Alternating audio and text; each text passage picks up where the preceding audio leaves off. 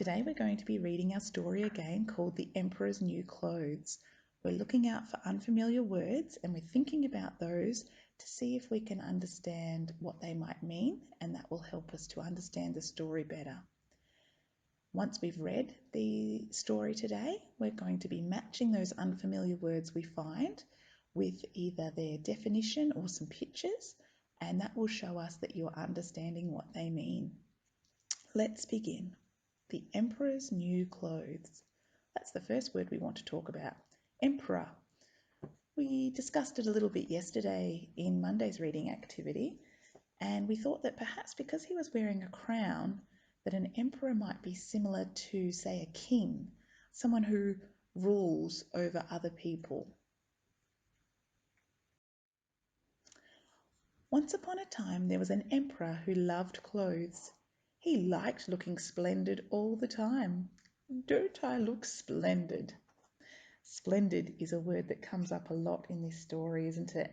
If you listened to the story yesterday, you would know that we've seen it a lot. You might have already thought about what that word might mean from yesterday. Splendid is another word we could use instead of amazing or excellent. It makes us say, wow, that is really amazing or really excellent. That's what splendid means. He had a different outfit for every day of the year. It's another word we want to talk about, outfit. Can you think about what that word might mean now that you've listened to the story a couple of times already? He had a different outfit for every day of the year. Well, we know that the emperor loves clothes and he has a lot of clothes. So do you think that clothes could be another word for outfit? You would be exactly right if you did think that. Another word for outfit is the clothes that we wear. But the emperor had a problem. He had nothing to wear for the royal procession. Think about that word procession. Yesterday when we read the story, we knew that the king was needing something to wear for his procession, and that when it was time for the procession, he went outside and walked along the street where all the crowds could gather around and see him. So the procession was kind of like a parade. Everyone came out to see the emperor in his parade. "Won't any of your outfits do, your highness?" asked his servant, Boris. "No," said the emperor. "I need a new outfit, and I need one now. And remember, it has to be splendid." Boris sighed and set off to find the finest clothes makers in town. He wasn't having much luck until a little round man and a long thin man rushed up to him. They bowed with their bottoms in the air. "We are Slimus and Slick, at your service," they said. What do you think Slimus and Slick mean when they say "at your service"? Basically, that means that they are there to help. They are there to help in any way that they can. Boris took them to the emperor.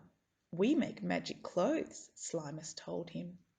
"Only clever people can see them. Stupid people can't." "Are they splendid?" asked the emperor. "Very splendid," promised Slick, "but very expensive. We'll need pots and pots of money." You can probably work out what that word expensive means from the rest of that sentence there.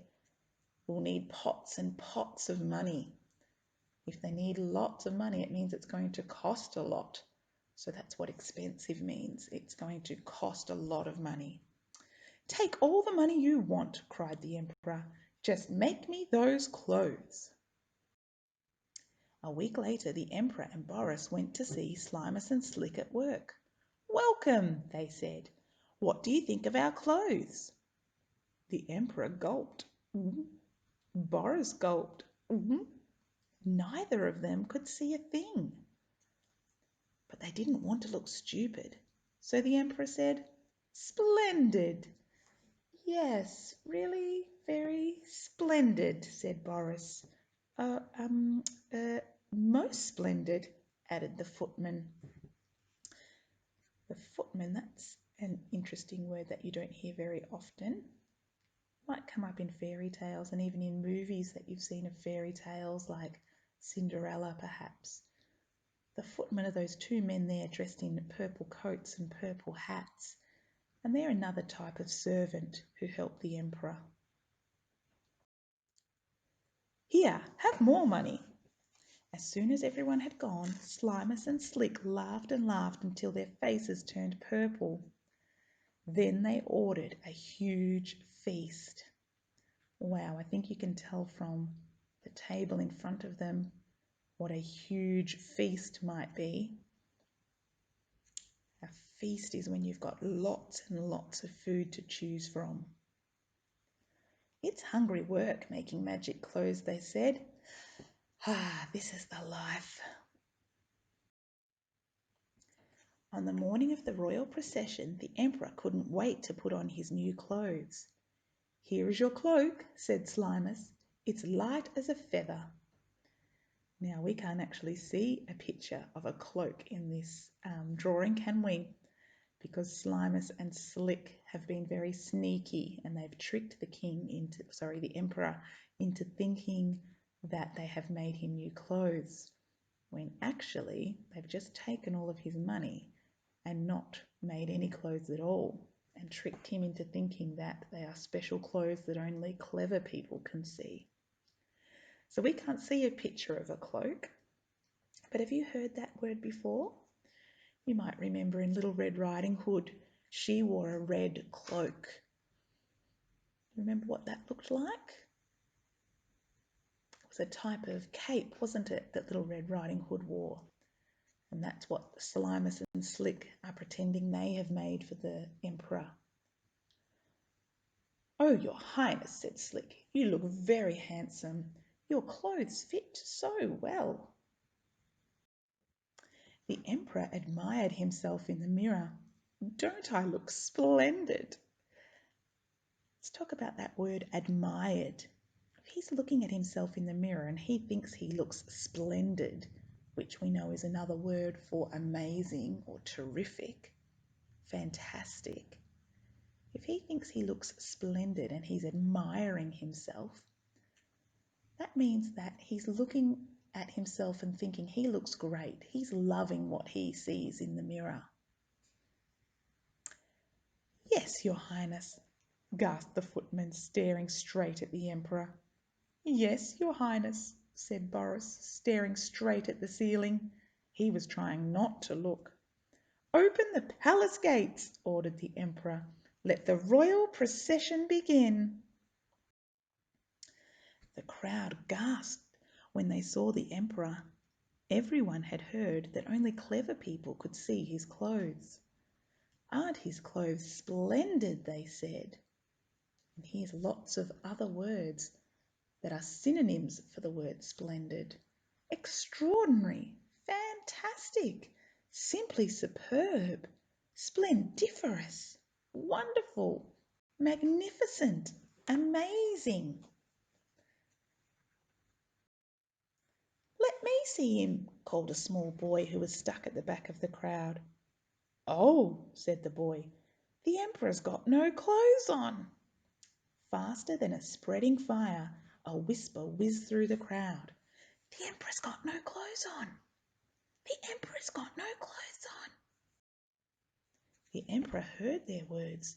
He looked down. Oh no, he thought, I'm naked. And he blushed bright red. What do you think that word blushed might mean? What's gone bright red on the emperor? Can you see that his cheeks have turned a rosy red colour? We call that blushing. That normally happens when you're embarrassed.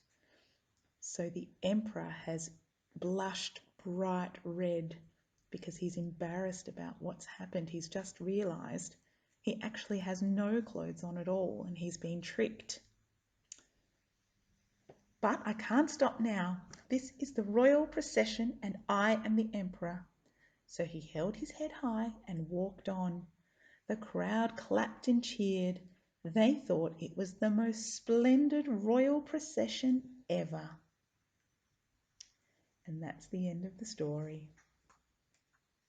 You need to go now back to the slide so that you can complete the activity where you need to match those words that we just talked about to either a definition. If you're in the purple group, you'll be matching some of those words we just talked about to a synonym or a definition for these words.